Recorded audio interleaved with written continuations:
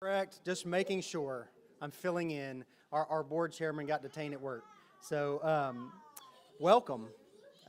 We are so grateful for all of you that are here today. We're so excited that in a couple of weeks this will be a functional school. And that has to do with so many people that believed in this dream. From that being the state and legislators that believed in it. To so many donors that have gotten behind it, because once we had an idea and then that idea grew. We had the original idea of trying to take care of a waiting list that had gotten really long. And then after we got into it, we realized we needed a tornado shelter and an accessible playground. And a parking lot where a dog kennel used to be, and lots of equipment. So we're getting there. We're getting there. I will say today, the teachers have moved in. Classrooms are getting ready. There are some things that are still under construction. So the activities of daily living lab, which is, learn to cook, learn to do your clothes, they're still installing the washer and dryer. So in that room, peek your head in there. It looks like a construction zone because it is. So just be aware that those things exist. When you look out to see the playground, it looks like dirt. That will change about the end of September, and it'll be fully accessible. So wheelchairs will be able to go everywhere. So we're really, really excited about that. So I'm really just here to welcome you. And we're going to start our program the same way that the kids start school every day, right? So we're going to start with the Pledge of Allegiance, and then we'll have the school motto. Then we're going to have the joke of the day. So warm your bellies up. It's going to get funny in here. Okay, so to lead us in the Pledge of Allegiance, I'm going to ask Drew Summons and Whitney Wilson to come up and lead us in the Pledge of Allegiance.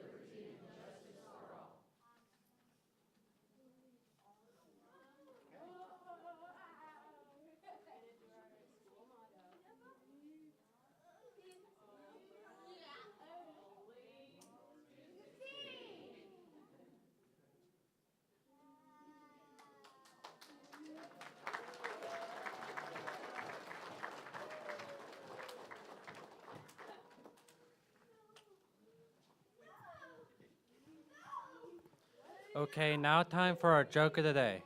Knock, knock. Who's there? Howard. Howard who? How would you like to tour our new school?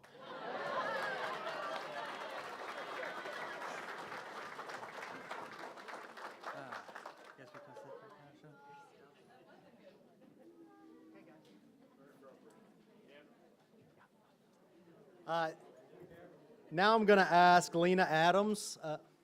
Come on. You can either step up right here or parent remarks. Welcome. Hi, guys. Good morning. So I was actually picking up my kid from the preschool about a month ago, and Carrie, the admin assistant here at the academy, snagged me, and she's like, hey, by the way, you're speaking at the ribbon cutting. So I was like, oh, okay, so here I am. Thank you, guys. So a little bit about, I'm just going to give you guys a little bit of background. In Christmas, the day after Christmas in 2018, I received the most precious gift of all. I gave birth to a tiny, blonde-haired, blue-eyed little boy who was in every way downright perfect. Now, you all may have seen the phrase downright perfect. You may have seen it on a t-shirt, in an Instagram hashtag, or on a bumper sticker during your morning commute. But if you're not familiar with it, downright perfect is a phrase that children or parents of children with Down syndrome use to describe their extraordinary kids. Now, being downright perfect doesn't mean life is without its challenges. Children with Down syndrome may face hurdles like delayed speech, low muscle tone, hearing loss, heart conditions, or fine motor difficulties. But these hurdles do not define them. They're simply part of the journey. And with the right support, encouragement, and love, these children don't just get by, they actually thrive. That's why when it came time for me to find the best place to help my son Charlie grow and flourish, the choice was simple: Easterseals. From the very first day at Easterseals, with Charlie starting out at the developmental preschool, Charlie has been surrounded by a team of extraordinary teachers, therapists, and caregivers who have supported every step of his journey. Because of their passion and commitment, Charlie has made incredible progress. Through speech therapy, he's learned to communicate using an AAC device. And just fair warning, if you ever have the opportunity to chat with him, he's probably going to ask you for pizza and ice cream sandwiches. Thanks to physical therapy, he can now ride a bike, jump, and run, which makes going to the playground a possibility. Occupational therapy has empowered him to dress himself, hold a crayon, and even write his name. And in the classroom, he's learned how to follow routines, make friends, and develop the skills he'll need for a bright academic future. Every milestone has been a celebration. Every achievement, a testament to what's possible when a child is surrounded by people who believe in them. Our experience with Easterseals has been nothing short of, you guessed it, downright perfect. And yet, I'd be lying if I wasn't nervous when I thought about Charlie leaving the preschool and entering kindergarten. I remember being told early on to get Charlie on the waiting list because the list was long and the need was great. I could not imagine finding anywhere else that offered the same kind of care, passion, and dedication. So you can imagine the joy and the relief I felt when I found out that the academy was expanding and Charlie would get to continue his journey with Easterseals. In that moment, all my worries melted away. Because of the generosity, vision, and heart of this community, people who show up, give back, and lift up others, doors were open for Charlie and so many other children. And so as Mac mentioned, with growth, there's going to be a few challenges, but it also brings new possibilities, new hope, and new stories waiting to unfold. And if our past experience is any indication of what's ahead, then I have no doubt it's going to be downright perfect. Thank you.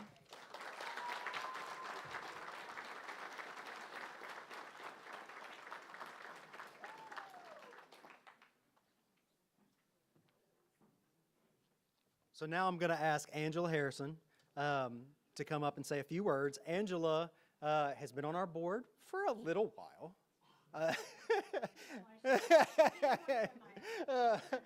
But she and Chris Johnson, who is here today, when we knew that we needed to raise an additional amount of money to try to get up to $10.25 million, they stepped in and said, we'll help lead that. We'll form this committee, and we're going to raise some money, and we're going to do it fast. That was December, by the way. That was December. So, Angela Harrison, come on.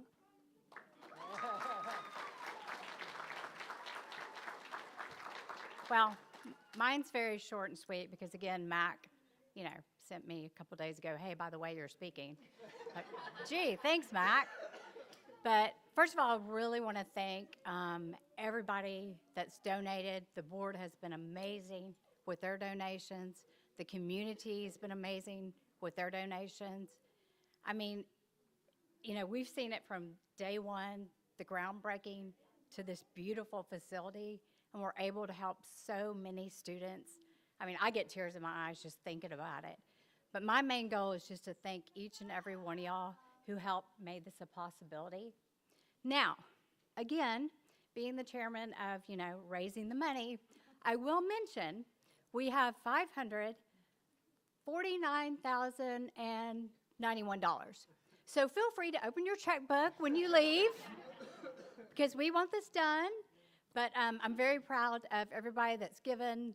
And again, we did this all without any bank loans, anything. So it's been a great achievement. And I just appreciate every single one of y'all in this room. Thank you very much.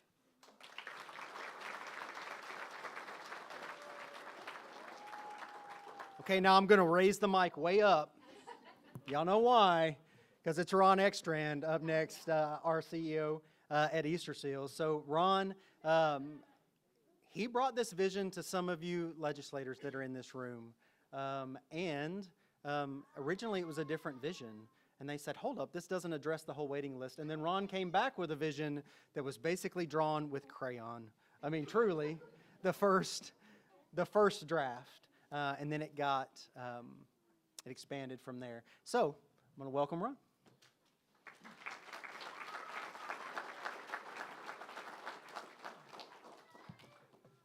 Thank you all. If my wife were here, she would warn me not to go long, but she is ill at home today. So if I do go long, someone can signal or get the hook or start playing the music that I'm supposed to go off. But there's a lot of people to thank, and I want to make sure I have an opportunity to do that. So what an incredible and historic day we have here today. We're opening up a new building, and this has been years in the making. It really has. And it's because of all of you. It really has taken a community to make this happen. Again, as Max said, we want to, please pardon our dust. We're not quite ready, but we're putting final touches on our getting unpacked, getting settled, getting situated. But there's been a lot of moving parts to get ready, and there's a lot of people to thank. We will be ready to open, though, on August 13th for our K through 4, 4th grade. And 5th through 12th will open the next day for students on August 14th. We will definitely be ready when we open.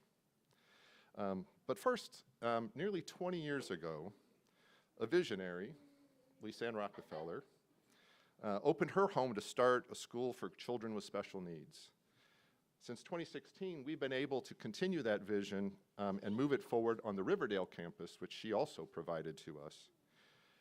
Today, we're beginning a new chapter, but I wanted to thank Lisanne for your vision, your generosity, and your enduring impact. Thank you, Lisanne.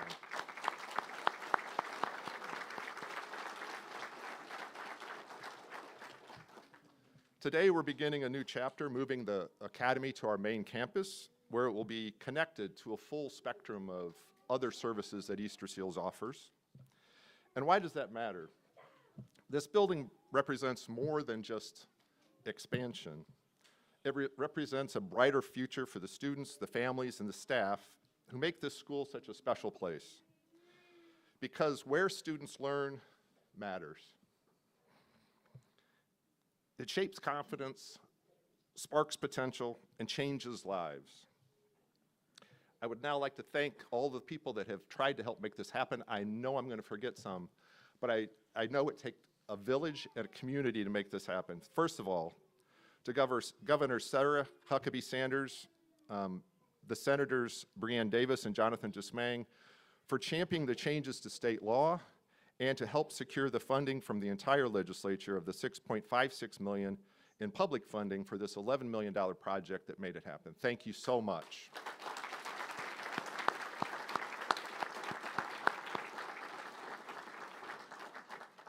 To our board of directors, especially our past chairs, James Hunt, Chris Johnson, and our current chair who is not here today, George Cole, thank you for your leadership through growth, uncertainty with a pandemic, and transformation. Thank you all for your leadership and your dedication, board of directors.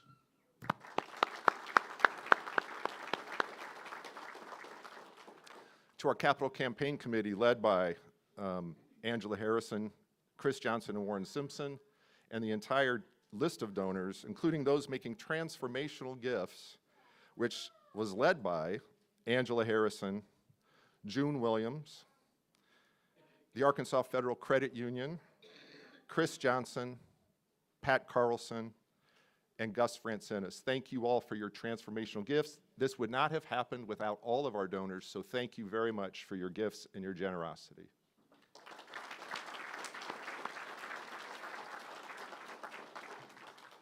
To our construction partners and architects, WER and Bailey, thank you for designing and building a school that is both functional and inspiring. We appreciate all that you've done to make this a wonderful learning space. Thank you.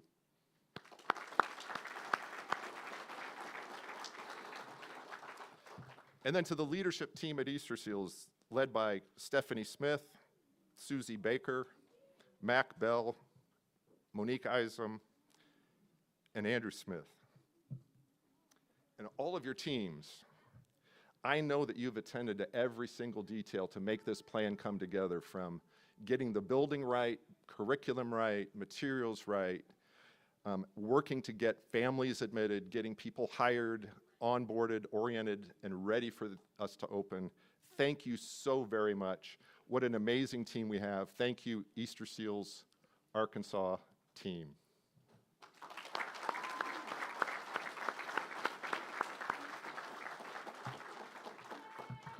I also want to thank our teachers, our therapists, our staff, and our families for turning this building into a community of learning and belonging.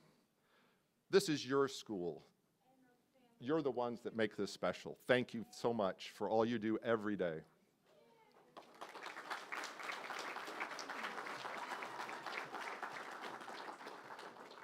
And now, today also represents a passing of the torch. I have to give a very special thank you to Carrie Brockert. Carrie has championed the vision of all belong, all learn, all lead to succeed. But she's transitioning. She's moving to another role here, and she's passing the torch. She's passing the torch to Jolie Whitley, who is joining us with a wealth of experience as our new Academy Director. Welcome, Jolie, and thank you, Carrie, for your leadership.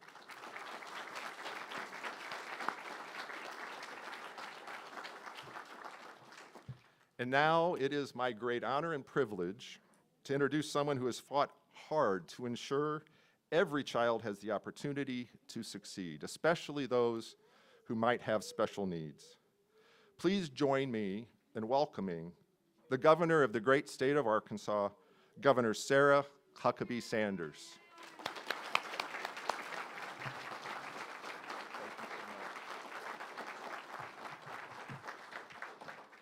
I'm going to lower that way back down. Thank you so much. It is great to be here with this group, and I've already learned a couple things. So clearly education is already taking place, even though the doors aren't officially opened. That is that we should start every legislative meeting with the joke of the day. I think that it would change the attitude in the Capitol, and we would certainly lighten the mood just a little bit, and maybe start things off the way that you all do here. What a great way to get the day started with the Pledge of Allegiance and a little bit of happiness. So I think we will adopt some of those practices. I'm also excited to learn that the official opening is August 13th. That's actually my birthday, and I cannot think of a better way to celebrate than watching and getting to see the smiles on the faces of the kids who will get to walk in and whose lives will be forever changed because of this place. So what an exciting day that will be on all fronts. And it is an honor to be back here for the ribbon cutting on your newest campus. I can't believe that it was less than a year ago that we were breaking ground on this project. If only we could get state government to move as fast as this project has. The speed at which you've been able to complete this new facility would never be possible if it was not for the amazing support from the Easterseals leadership, from the staff, the parents, the students, and of course all of our donors that are here that made it possible. And I want to thank each one of you for helping make it happen. I know that the parents in this crowd are especially excited. As a mom of Scarlett, Huck, and George, who are going into 8th, 6th, and 4th grade, we are very aware that as the final weeks of summer are coming to a close, while we've all enjoyed summer, I think we're all ready to drop our kids off in a couple of weeks. And I know that the parents here are just as excited as the rest of us. And this is actually the first time that there's been a governor with elementary-aged school kids since Bill Clinton was in office. I like to think that it keeps the governor's mansion just a bit more lively and certainly gives great perspective on some of the big priorities of our state. I love being able to be both a mom and governor. I think actually that the first title is the one that informs me most in my day-to-day life. It is made clear why education should and has been my top priority since taking over this office, in large part from my own personal experiences of sending my kids to school. When I was here for the groundbreaking last year, I had the opportunity to meet a young girl named Cheney. When she was born, her parents knew that they'd need a place with special resources for her to get the best education possible. So Cheney's parents actually picked up and moved to Little Rock for the sole purpose of enrolling her in kindergarten at Easterseals. It wasn't just about making sure that she had the right resources. It was about giving her a long-term plan for safety and stability so that she could actually thrive. That alone is an enormous burden on parents and families. And my administration and our team in the legislature want to do everything we can to help make that just a little bit easier. So when Easterseals first came to me, they had a wait list of more than 200 kids, and they were asking for $4.5 million to help with the expansion. The question I asked when they finished with the presentation was, would this help move every child off of the wait list? And they said not quite. So I surprised my staff, who knows me as somebody who's always trying to cut spending, and I actually asked if we could do more. And we directed $6.5 million toward this project so that we could get every single kid off of the wait list and enrolled here at Easterseals to watch life-changing activity.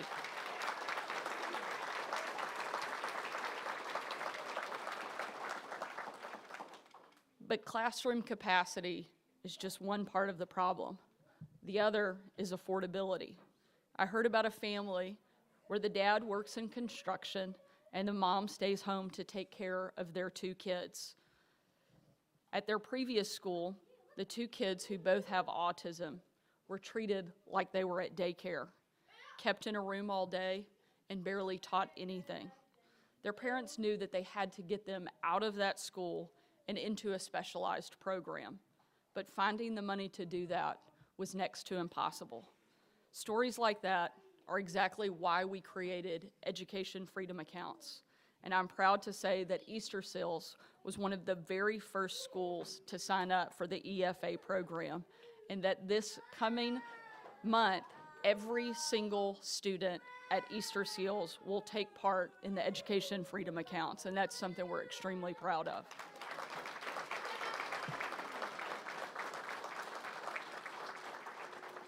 Not only will every student here at Easterseals get to take part in the program, we've now had nearly 50,000 families in the state of Arkansas who will participate in Education Freedom Accounts, making sure that every single kid in our state has access to the kind of education, not just that they need, but that they deserve. It's what transformational education reform looks like. And I'm proud to be leading a state who has made that a priority, because it's not just a good talking point, it's something that will actually transform lives and change our state. But I know none of this would happen and none of this would be possible today if it were not for the incredible staff, the parents, the teachers, the donors, and most importantly, the students who make Easterseals such a special place. As a governor, as a mom, and on behalf of the entire state of Arkansas, thank you for what you do. Thank you for making our state better, and thank you for changing the lives of these kids. God bless you.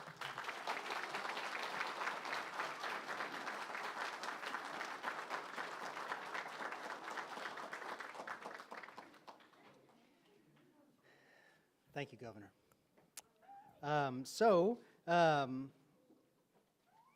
Since last December until now, when we started raising funds, Angela and Chris and their team, we've raised above the 6.5, we've raised an additional 3.95 since that time. For the school, we need about 10.25, and for the house, we need 11 if we want to do a 4-bedroom house, which we're working towards. But just to tell you a little story about the things that have happened so quickly and so amazingly, the very first, when we had this idea and we knew we were going to have to raise some extra money, my first conversation was with Alfred. We had a reception at Rick Fleetwood's house, and he's the executor of June Williams' estate, who's his sister, and she had left us some money in her will. But that was up to Alfred as the executor for how those funds would be directed. And so I went and asked him, and he said, well, these are, June was a teacher, and so it needs to be the education wing. But in June's gift, it was in honor of Elaine. And so it'll be the June Williams Education Wing in honor of Elaine Eubank. So that's how we started.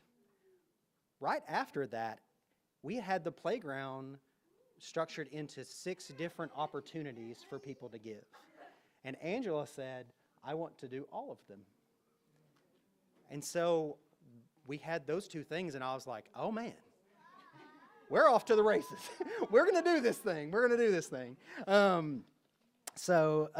After that, Miss Pat came in, and Chris and Meredith came in.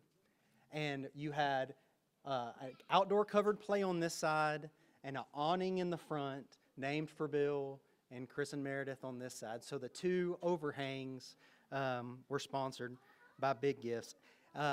And then we got in front of the Arkansas Federal Credit Union Bank Board. George Cole got us in front of them, and they sponsored this new wing. And then Gus came in and did the bigger part of the therapy gym. But then others, like Arvest Bank, did the Activities of Daily Living Lab, and the Heflin family came in and said, this is how much we have. We don't care what we want to name. This is what we want to give. Jill and Bob Bloom did a similar thing. They did a therapy suite and a classroom together. And then so many board members started coming in, parents started coming in, grandparents started coming in. Bert, that's on my team, would tour parents and then get a call from a grandparent that didn't even live here that wanted to help.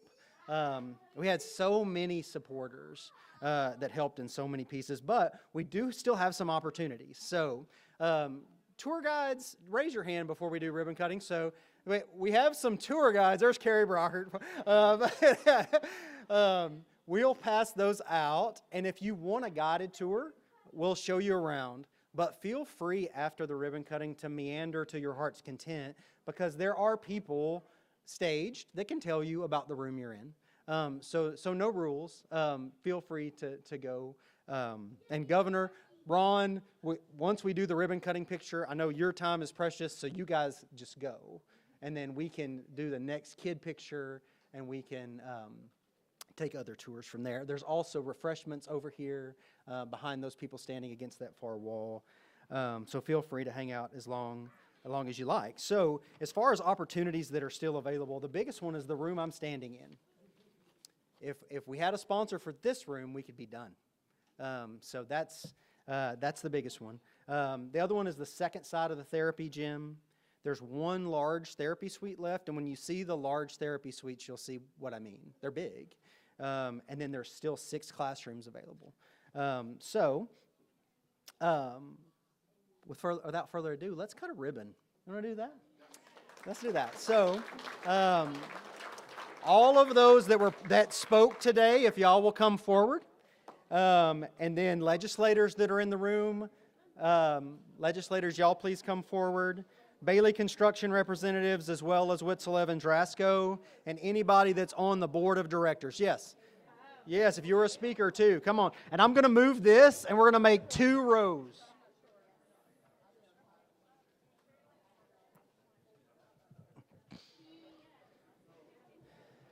Thank you. So, Governor in the middle.